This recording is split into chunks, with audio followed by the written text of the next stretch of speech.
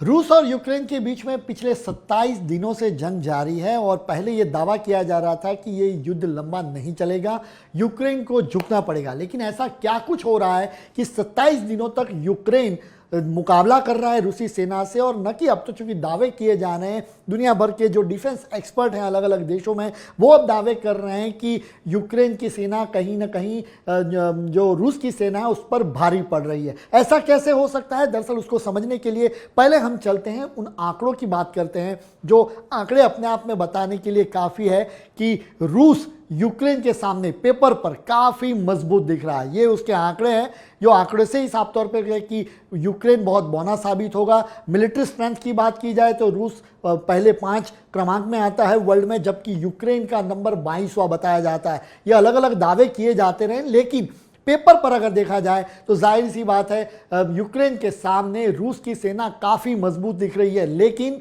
जो अब आंकड़े जो ऑन फील्ड आ रहे हैं, पेपर की बात अलग है, लेकिन ऑन फील्ड जो आ रहे हैं वो कुछ हैरान करने वाले हैं। दावे जो हो रहे हैं वो भी हैरान करने वाले हैं। सबसे पहला कल एक दावा आया जो रक्षा मंत्रालय की ओर से, रूस के रक्षा मंत्रालय की ओर से दावा किया जा रहा है। जैक डेक्स है, जो जर्नलिस्ट हैं जो पेंटागन को खास तौर पर क्लोजली मॉनिटर करते हैं, उन्होंने जो दावा किया उसके मुताबिक रूस के जो अमेरिकी रक्षा मंत्रालय है, वो अमेरिकी रक्षा मंत्रालय ने ये दावा किया है कि कई जगहों पर जो रूस ने कई इलाके अपने कब्जे में किए थे वो अब वापस लेने की स्थिति में आ गया है यूक्रेन। ये सबसे बड़ा दावा रूस के मंत्रालय की ओर से, एक बड़े रक्षा अधिकारी की ओर से दावा किया जाता है। वो कौन से 2 शहर हैं, जो शहर हैं वो शहरों पर यूक्रेन का अब दबदबा होता दिख रहा है। तो वहाँ पर वो लिखते हैं कि कीव का जो पूर्वी इलाका है, खास तौर पर इजियम और उसके अलावा माइकोलेव, ये 2 जगह ऐसी हैं जहां पर यूक्रेन की सेना है वो रूस की सेना से सीधा मुकाबला ही नहीं, डटकर मुकाबला कर रही है और कई जगहों पर रूस की सेना को वापिस होना पड़ रहा है। तो ऐसा क्या हो रहा है वहां पर, क्या स्थिति बदल रही है, ये अपने आप में जानने की ज़रूरी है। यहाँ पर मैं कुछ आंकड़े दे रहा हूँ। आज जो यूक्रेन के डिफेंस विभाग ने जो दावा किया है वो आंकड़े बेहद चौंकाने वाले हैं। जो दावा किया जा रहा है उसके कंपैरिजन जो किया जा रहा है उसके मुताबिक 1979 से लेकर 89 तक जो अफगानिस्तान के साथ जो सोवियत यूनियन हुआ करता था और उस समय जो इन्वेशन थी, बात करें कि वहाँ पर जिस तरीके से दबदबा बनाने की बात थी, उस समय जो जितनी हताहत रूसी सेना को उठानी पड़ी थी उससे ज़्यादा इन 27 दिनों में यूक्रेन से लड़ने पर रूसी सेना को चुकानी पड़ी है। 15,300 से ज़्यादा सैनिक, रूसी सैनिक मारे गए हैं। ये अपने आप में यूक्रेनी सेना की ओर से, डिफेंस विभाग की ओर से ये सीधे तौर पे दावा किया जा रहा है। यानी 27 दिनों में यूक्रेन से ज़्यादा रूस को कीमत चुकानी पड़ रही है।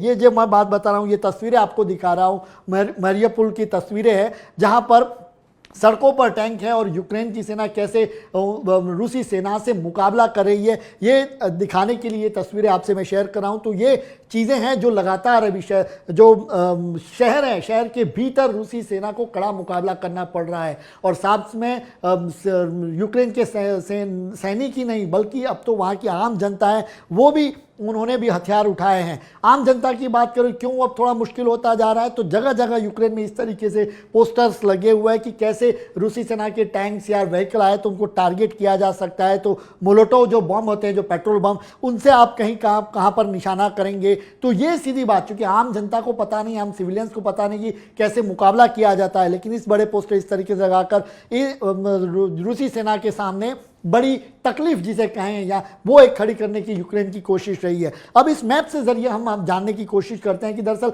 वो कौन से शहर है यूक्रेन के जहां पर रूस को तकलीफ हो रही है। खास तौर पर जो मैंने पहले बात की, मारिउपोल की बात आती है और उसके हवाला माइकोलेव, ये 2 शहर है जो दावा किया जा रहा है। इन 2 शहरों में सबसे बड़ा नुकसान अभी उठाना पड़ रहा है। उतना ही नहीं, उसके माइकोलेव के ऊपर का इलाका है उसको कट ऑफ कर दिया गया है, जहां से कई रूसी सैनिकों का खाना पीना ये मुश्किल सा होता जा रहा है। और सबसे बड़ी बात, यहाँ पर टैक्टिकली वॉर लड़े जाते हैं। होम ग्राउंड होने के चलते यूक्रेन का हाथ ऊपर है, ऐसा दावा किया जा रहा है एक्सपर्ट की ओर से।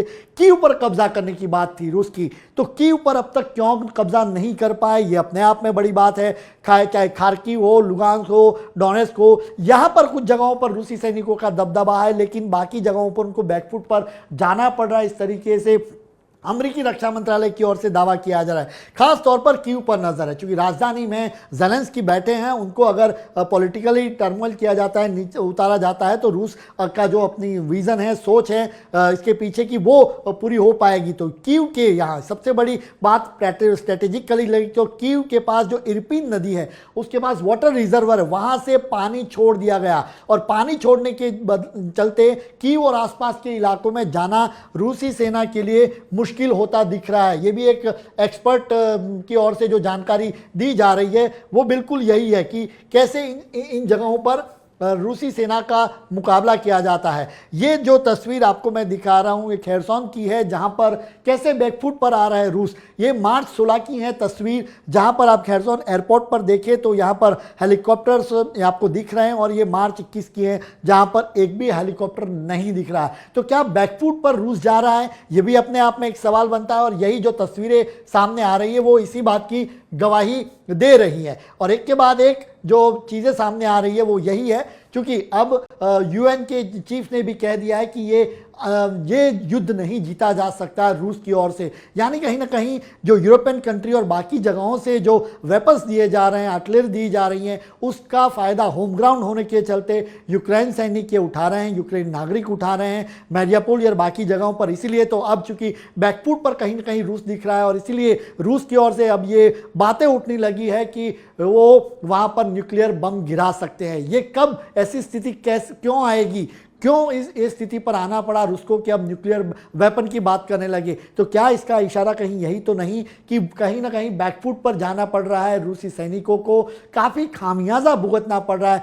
1 महीने से ज़्यादा वक्त हो गया है, जो टैंक्स है उसमें पेट्रोल नहीं है, सैनिकों का खाना नहीं है, ये कई सारी चीज़ें हैं जो उनको वहाँ पर सबसे बड़ी दिक्कत के तौर पे दिख रहा है। और यही अब दावा किया जा रहा है कि बड़े बड़े जो एक्सपर्ट हैं, डिफेंस एक्सपर्ट, वो ये दावा कर रहे हैं कि अब रूसी सेना के लिए काफ़ी कड़ा मुकाबला होता जा रहा है। यूक्रेन को पहले से दावे किए जा रहे थे कि 5 से 6 दिन या 10 दिन के भीतर कीव पर रूस का कब्जा होगा, लेकिन आज 27 दिन के बाद भी वो स्थिति साफ नहीं हो पा रही। कीव छोड़ दीजिए, किसी भी बड़े शहर पर उस तरीके का रूस का अब तक कब्जा नहीं होना यही दिखा रहा है। हाँ, काफ़ी हताहत हुई है, सिविलियंस मारे जा रहे हैं, लगातार हमले हो रहे हैं वहाँ पर, चाहे ओडेसा हो, मैरियापोल हो, खार्किव हो, कई जगहों पर जहाँ पर अब भी लगातार हमले जारी है। लेकिन अल्टीमेटली जो खबरें आ रही हैं उसके मुताबिक रूस बैकफुट पर फिलहाल अभी दिख रहा है। आने वाले दिनों में क्या स्थिति रहेगी ये अपडेट्स लेकर भी आपके साथ आएंगे, लेकिन आज के दिन की सबसे बड़ी अपडेट यही है कि एक्सपर्ट ये दावा कर रहे हैं कि रूस अब कहीं ना कहीं रूस को यूक्रेन से काफ़ी कड़ा मुकाबला हो रहा है। एक तरफा पहले जो वॉर लग रहा था, फिलहाल बिल्कुल ऐसा नहीं लग रहा।